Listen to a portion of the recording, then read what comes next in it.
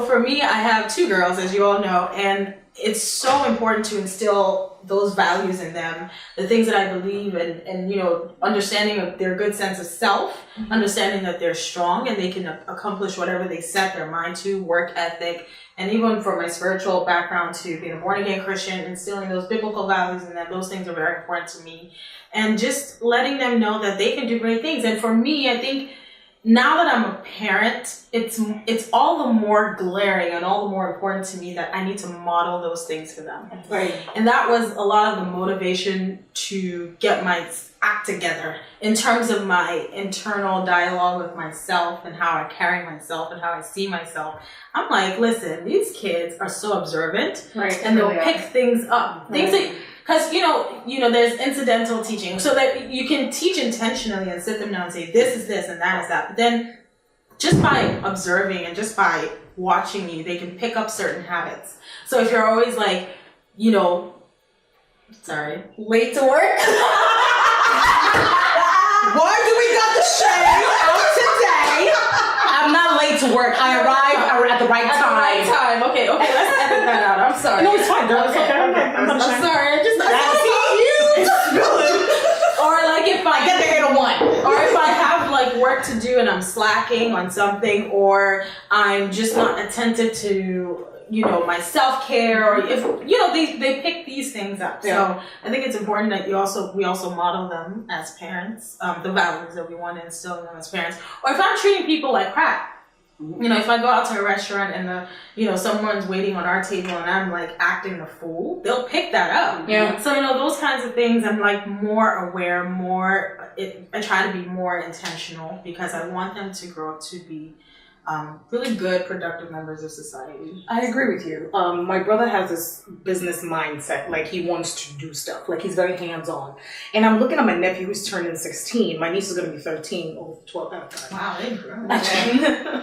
My nephew right now hangs out with his dad a lot. Like when his dad is going out to meetings or trying to do something, he's always there. My niece right now, she has her hands in a lot of things. She can sew. She makes like little purses. She can sew clothes. Like she has that mindset of, I want to do this. One time she sat her parents down to talk about how she wants to own her own business. And she was 10 when she did that. That was from seeing, exactly. That was from seeing her dad's like, how her dad like holds himself, like his disposition. On February 1st, I was telling Nicole, they actually had like a recital at their school, and it was all of them playing a string instrument.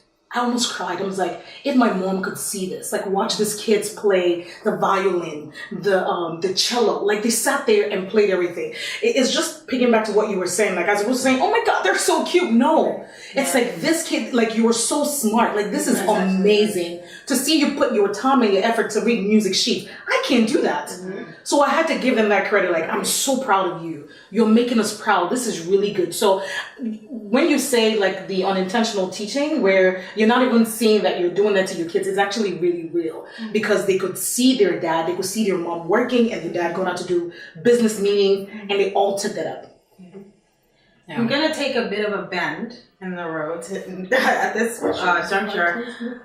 I wanted to ask you guys, what do you think about the pay disparity in the workplace between men and women? So the reason I asked is because I came across this chart, I think, and I'll try to see if I can post it for the audience, but basically it's from the Bureau of Labor, and they had a chart which I thought was like a great like pictorial viewing of the pay disparity, and it literally is across the board. They broke it down based on age ranges, and like till we're well in our 50s and 60s, there is a significant disparity between men and women who do the same types of jobs. Jesus. So something that was really interesting to me was my dad is a white male. So, he's had a very nice life. I mean, they struggle too, but he's a white male, so things are a little easier, right? I've talked to him about this before, and I actually brought up do you guys know with E! News and Kate Sadler, that whole thing? Oh yeah, Kat Sadler, sorry. So I was telling him about it. He was like shocked. He didn't think that stuff like this actually still happened and still existed. He had no idea. And I was like, Dad, you realize this happens like to like us too, you know, like mom is this, you know, her job, she may get paid, like I don't know if that's true or not, but you know, this could happen when there's not like standardized pay grades. He was blown away, and it blew me away that he didn't know that this really happens. Yeah, it's crazy. I don't know if you guys heard about the whole thing with Kat Sadler. So she's, I think, a co-host on E! News, and she does that with her colleague who is male, and they're both great, or they've both been really good at what they do. But I think somehow she found out that her male counterpart was making more money than she was, even though they were doing the same exact thing. And they started at the same time. So it wasn't like he had more experience, or it wasn't anything like that. So I think she went to her superior. Now, again, I don't know any of the background stuff. This is kind of just what was put out there in media. But she went to her superiors and basically were like, you need to match my pay. And they didn't. So to make a stand, because she just couldn't stomach it all, she left. Okay. And this is not anything on her, because based on the article that was released by her and her statement, she wasn't blaming her co-host at all, because she said he's been her champion from the start, and they've been really good friends. It was just kind of like the system, you know, that kind of allows this to happen. And I read that and I was just so upset, upset by it all. And I don't know that I don't know what the solutions are or why it even exists. Exactly. I was going to ask, what was the rationale behind it? Is it that our bags cannot carry something? I don't know. I'm confused. I think with women, it's the thought of we want to have babies. Yes. So that means we're going to take maternity leave. So that's a loss for the organization or the company. Or your kid's sick, so you have to leave early. Exactly. That's where it comes from. Parenting is not just not always. So I know that there are single moms out there and single dads. I understand that. But the thought that society would look at taking care of a child or birthing a child as something to dock your pay over is ludicrous to me. It's always been seen as the mother's responsibility. Yeah. Think about it. Only in the last maybe 10, 20 years has it become a working mom is the norm.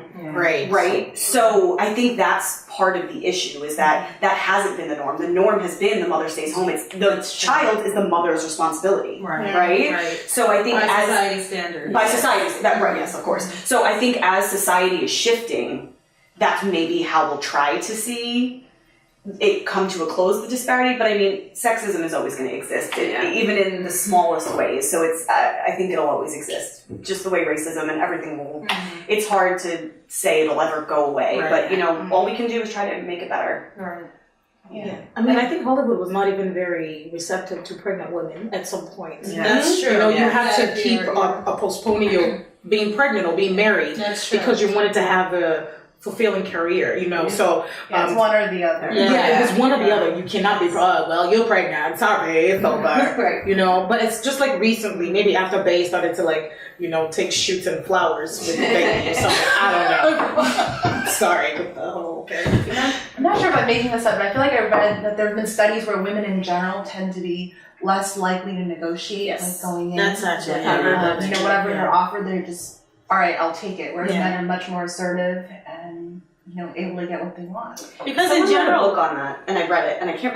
Was it Megyn Kelly? I don't know. Someone wrote a book and basically saying we don't ask for what we want because we're not taught to be like, you know, we're taught to be submissive. And it's we're not taught to kind of just ask for what we want and be assertive and just say, no, I deserve this. You know, in a respectful way. This is what I'm asking for. But then on that can be looked in a negative way when you do go in. Oh yeah, so it's a double-edged sword. And she's bossy. Exactly. So she's extra. She's acting like a man, and she's angry. She's bitter. It's like you can't win. It's sad. I don't know what the solutions are. I think also maybe having more women in like, you know, places of legislation or where the laws are passed, because even now when you take a look at the Senate, or you know, House of Rep, or that's like okay. I don't know politics stuff. Sorry. And I think that we're actually a little secluded from it or protected from it because we work with mainly women. That's true. Pharmacists Like are, it's a very Mhm. predominantly woman career. Yeah. So I think we're sheltered from it a little bit. It's Yeah. kind of nice, but Yeah. at the same time, I think that we don't even feel things that probably other people feel. Yeah, that's true. Like engineers or, careers that are mainly dominated by men. Right, right. Yeah, trying to be partner at a firm. Right, or something. yeah. It's like, Yeah, that's true. you can't be pregnant for another 10 years. Sir, somebody needs to take over someday. Yeah. So I know you brought up Hollywood, and I was thinking about, when you brought it up, I thought about the Me Too movement. What do you guys think about that? I have very strong feelings about it, and it's a good movement, but some people are abusing the movement.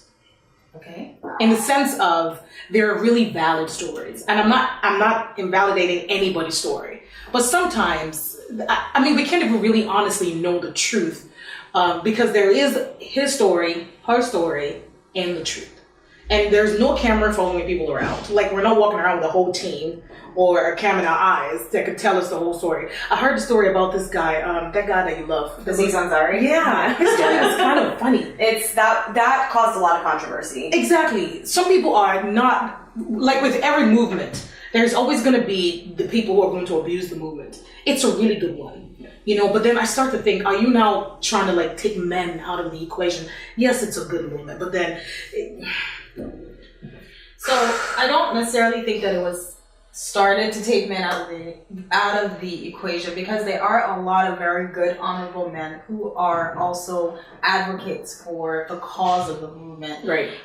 It really, I think the whole thing with people kind of being sexually abused.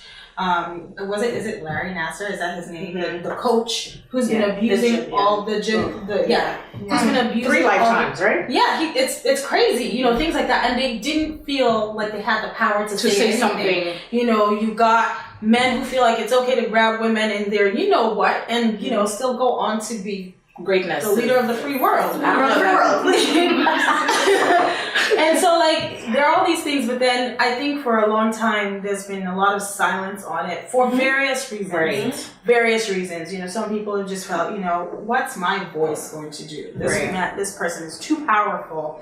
And now all of that is kind of, with the whole thing with Harvey Weinstein, it's coming to light, and it's like, okay, yes, now I can say something now. Right. People are listening. And I think that was kind of how the whole movement started. And I think, as you said, with every movement, there are always going to be people who will abuse it, unfortunately. Yeah. But it doesn't take away from the voice of the many who've been through horrific things. Yeah. So, I know we're all from different cultural backgrounds, and we all have different types of hair, and I just kind of wanted to touch on that a little bit. I don't know if you guys saw this article. I'm going to read it on my phone.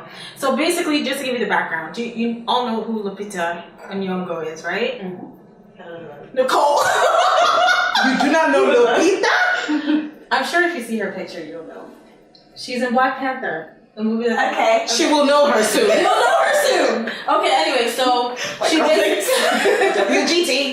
basically did a photo shoot, and she, I guess, had a ponytail with her natural hair. Okay. And when they were done editing and touching up and all of that, they took out the puff that she had in the back without her permission.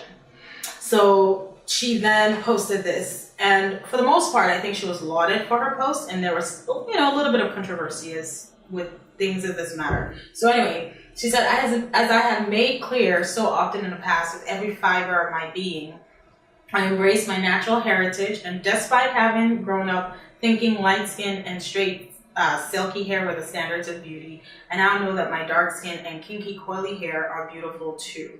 Being featured on the cover of a magazine fulfills me, as it is an opportunity to show other dark, kinky haired people, and particularly our children, that they are beautiful just the way they are. I'm disappointed that, she mentioned the magazine's name, invited me to be on their cover, and then edited out and smoothed my hair to fit their notion of what beautiful hair looks like. Had I been consulted, I would have explained that I cannot support or condone the omission of what is my native heritage, with the intention that they appreciate that there is still a very long way to go to combat the unconscious prejudice against Black women's complexion, hairstyle, and texture. What do you guys think? that's from my background, growing up in the South, that's just kind of, hair is a big deal down there. And my mother had 3 girls, so her main goal was about manageability. And so I have very thick hair, and it was about that time factor for her. So she relaxed my hair at the age 8. And so I remember getting relaxers and everything, and just the thought of having relaxed hair is better. I remember going every 6 weeks to get my relaxer and going every 2 weeks to get some type of hairstyle done, because that is part of what African American beauty is around our hair. But then I decided, my cousin for some reason always pushed me, you should go natural, you should go natural. And I was like, I can't take that in between phase. I'm not going to look pretty.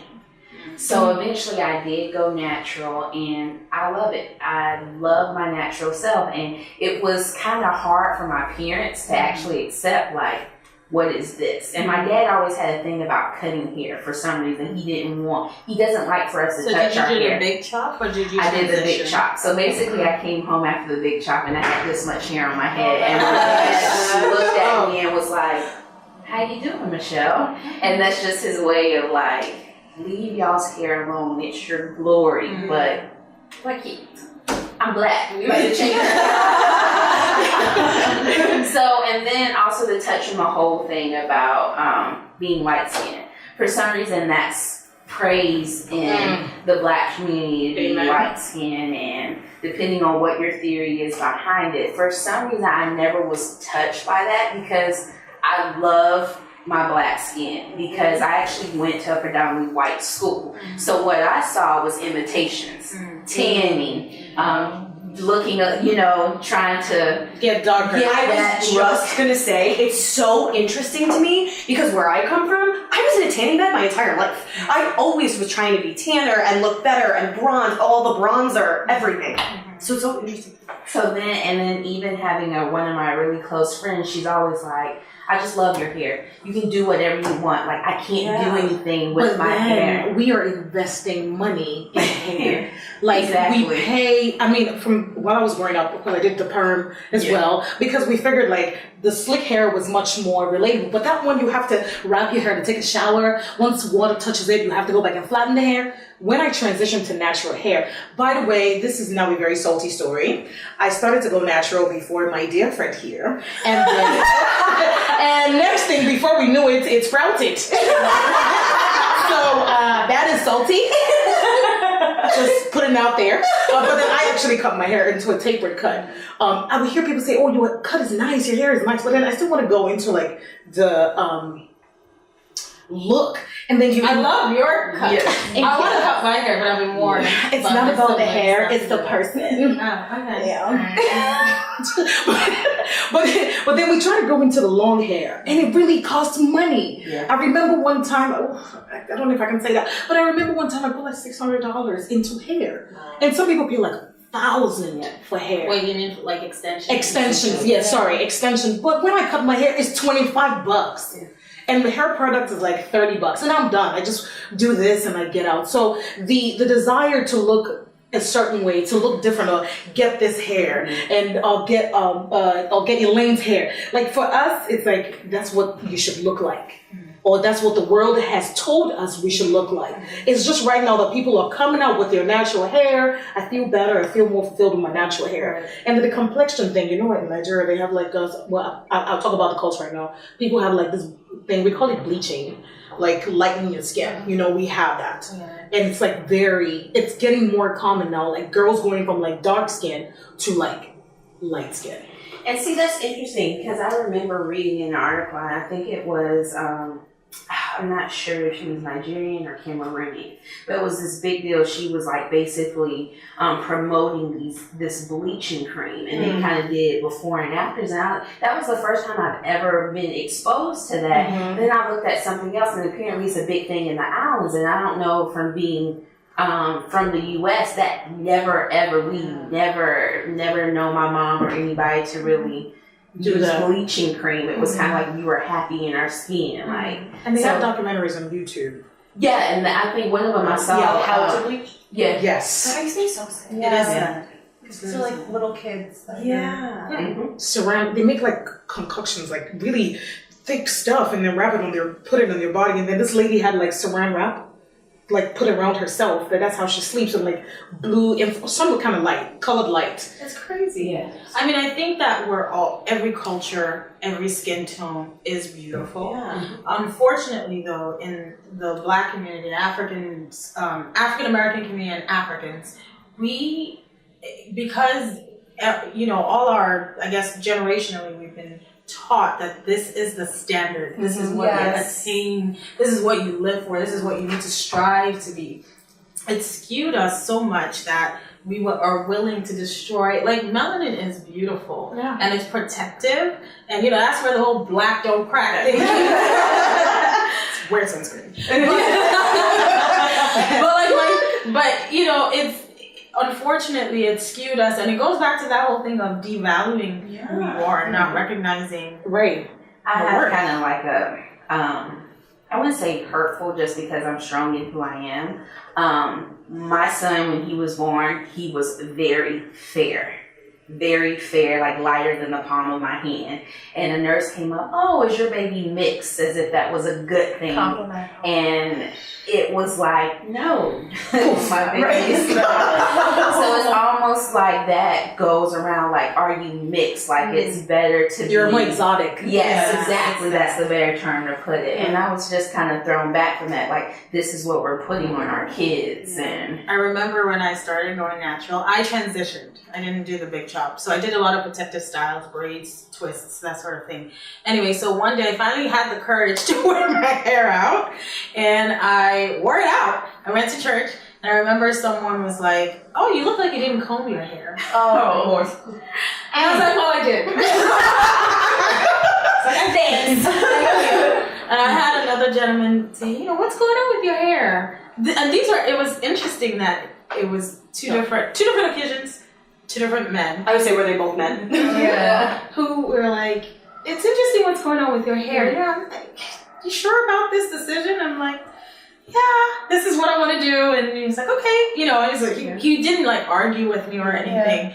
And even within like our culture, it's kind of like, I mean, now it's like, "Oh, your hair is beautiful," blah blah blah. But like the thought that African, or who was it that I think we were discussing off camera, where someone had an afro. Yeah. So Io stayed over last night, and we watched Love and Hip Hop because we love reality TV. And there was a rapper who's trying to make it, meeting a producer. You remember the name? Because she loves Love and Hip Hop too. So, and the producer basically was like, "I need less Macy Gray and more Beyonce," because she had an afro. And he was like, "We need you to be more elegant." And she was like, "So I can't be elegant with an afro?" And he basically was like, "No." And we sat on the couch so angry. I was lit. Like, I was upset. It's so sad. So one of the things for me, I think I was always nervous. When I first started really going natural was to wear my hair out to work.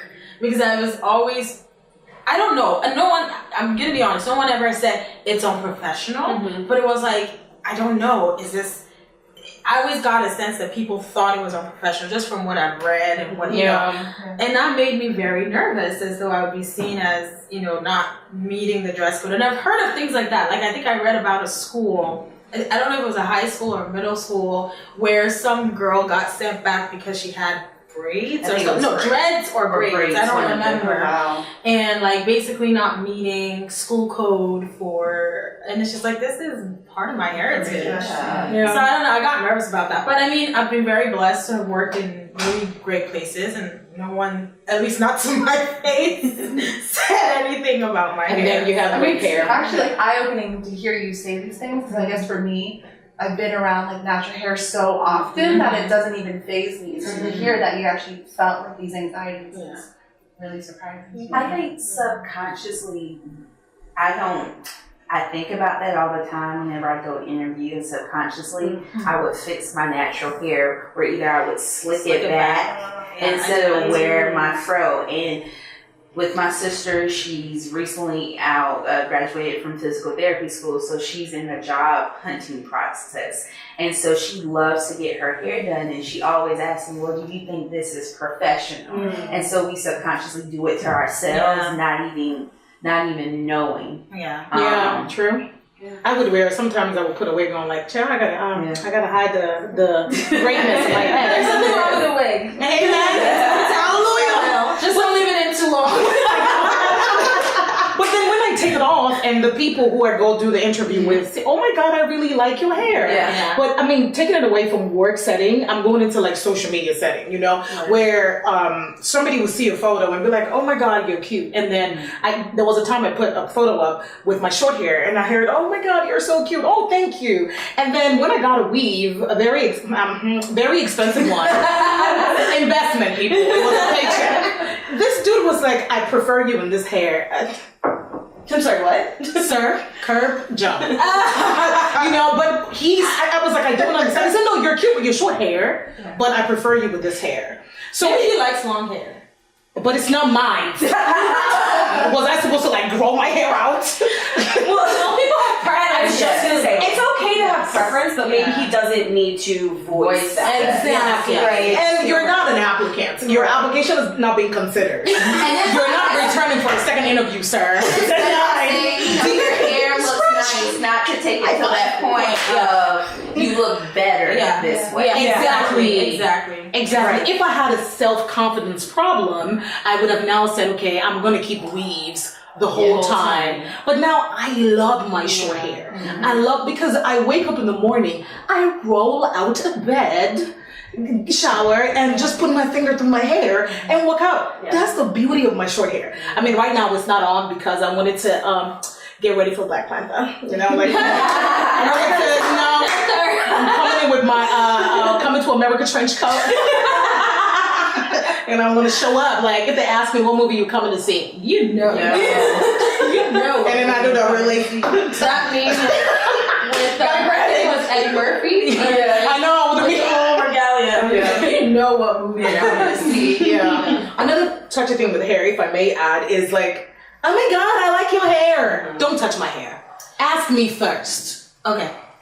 Only if I have a relationship with you. Like, Coco can do that to my hair. And even till now, Coco will be like, You do "Can I that to touch?" Coco too. That's I have a relationship with her. Even till now, she would ask, "Can I touch your hair?" And I do it to Lele too. Like, Lele can stand in front of me, and I'm like, doing this to Lele's hair, like, And she's like, keep going. because it's therapeutic. I'm like, oh my God, this is hair. But it's funny that you say that, because growing up, my mom, like I said, she had 3 girls, so she put time into my hair. So it was like, don't let nobody touch your hair. Your hair might come back the way that you left this house. So then that's I've never even thought about that before. That's true. You would have to fix it. That's true. And that's time Exactly. consuming. Exactly. Take away all the other layers. Just that simply is. It's work, Yeah. It's work. Wow. Okay, it's a wrapping process, the curling, trying to and you don't want to do it every day, Right. Like, it's work.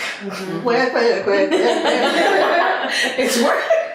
But yeah, I mean, we have to do it. So, ladies, we've kind of come to the end of this, and I did have one last question for each of you, though.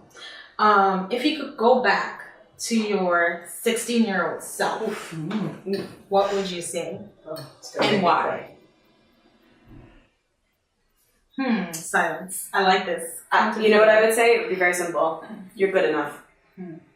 You're good enough. I mean, obviously, I didn't have a lot of the struggles as a minority because I'm white, but as a woman, and being Italian, we value long, straight black hair and being tan, and I have short, curly, lighter hair, and I could never straighten it because it was always wavy, and, I used to have friends in school that would be like, you tried to straighten your hair? That's not straight, So it's kind of, I mean, obviously not similar because there's a lot more layers, but I can understand a little bit, not really, but, I also had those things, and so yeah, I would just say you're good enough.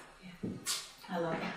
I like that. I would tell myself, be you, because I'm the middle child, so I do have that middle child complex that I always tried to stand out. I always tried not to be myself. But as I've gotten older, people appreciate me for who I am. The fact that I moved to the beat of my own drum. So that's what I would tell my 16-year-old self.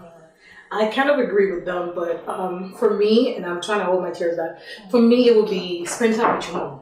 Oh. Yeah.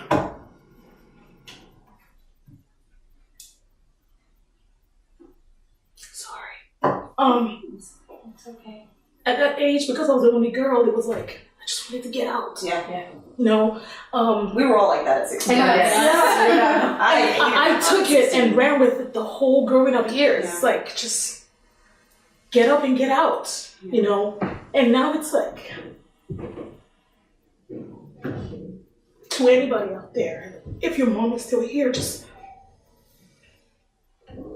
sorry. No, you're fine. This was not intentional. No. This is not a, It's raw. It's okay. Yeah. but yeah, that was what I told, and I agree with you guys. And maybe if I'd spent more time with a person who did encourage me, because she did encourage every step. My mom was not the one who used to lie and say I came first in class. She never did that. She did share her failures with me. Yeah. So if I spent more time with her, the confidence I was finding in people, that hole I was looking for people to fill, you know, both seeking the love from men or the attention from females, that I could have gotten from my mom. But I was just too renegade to want to stay home. So for me, I would say spend time with your mom. Sorry. Thank you for sharing that. Thank you. Okay, now snap out. Sorry. And I think for me, it's along the same kind of lines too, but just telling myself that it's fine to be imperfect. You know, perfection shouldn't be the standard as long as you feel happy and comfortable with who you are. Because I felt like, especially as a teenager, there's a lot of pressure from like parents and from like teachers and from like friends and sisters to be the ideal and everything. You know, top of your class, go to a great college, succeed, do well in life. You end up just putting a lot of unnecessary burden and stress on yourself. Just forget to enjoy being a kid. Yeah. Stop and smell the roses. Absolutely. Yeah. Yes. Yeah, it's just like motion every one step. Graduate, Yes. college, Yeah. What's next? this What's one, next? marriage, Yeah. child, and then you're like, what next? Yeah. Just enjoy. I think if I had to go back, I would, that was a good one, and I thought about that. But I think more so I would tell myself to just relax and not take things so seriously all the time. I think, so I'm the first of 5 kids from my mom. I have an older sister, first of my dad's children.